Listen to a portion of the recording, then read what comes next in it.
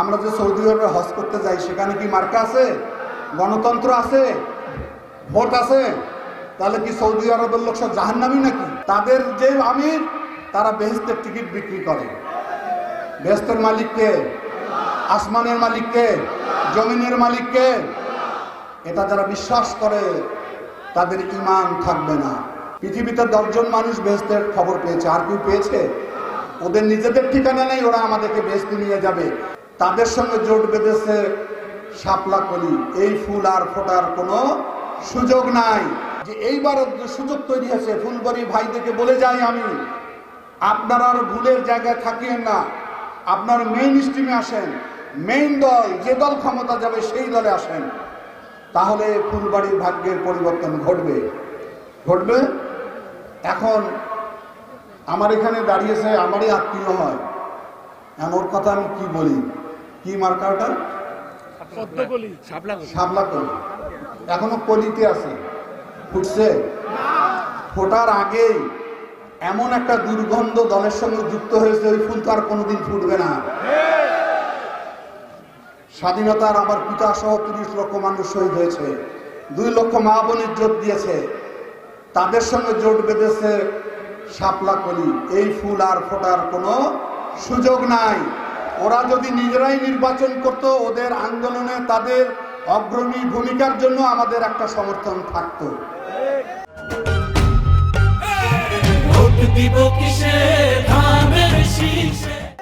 মিলেমিশে একাকার হয়ে গেছে।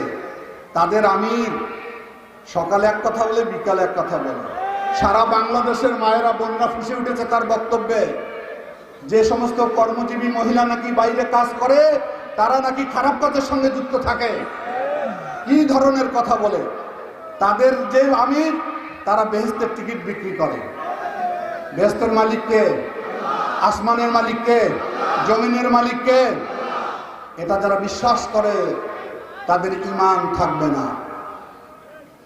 পৃথিবীতে 10 জন মানুষ বেহেশতের খবর পেয়েছে, আর কেউ পেয়েছে? ওদের নিজেদের ঠিকানা নেই, ওরা আমাদেরকে বেহেশতে নিয়ে যাবে। তবে যদি এটা হয় যে হ্যাঁ ওই মার্কায় ভোট দিলে, তাহলে ফুলবাড়ির লোক তো একটাও বেহেশতে যাইতে পারছেন না, কারণ ওই মার্কা তো এখানে নাই।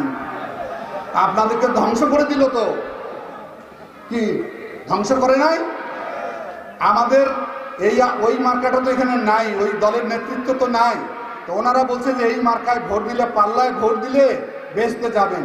তো ওনাকে জিজ্ঞাসা করেন যে আমরা ফুলবাড়ির লোক কি দোষ করলাম ভাই, আমাদের এমন একটা মার্কা দিলেন যেটা দিয়ে বেহেশতে যাওয়া যাবে না?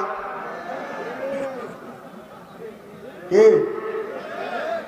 আমার দাদারা মারা গেছে ব্রিটিশ আমলে, তখন কি মার্কা ছিল?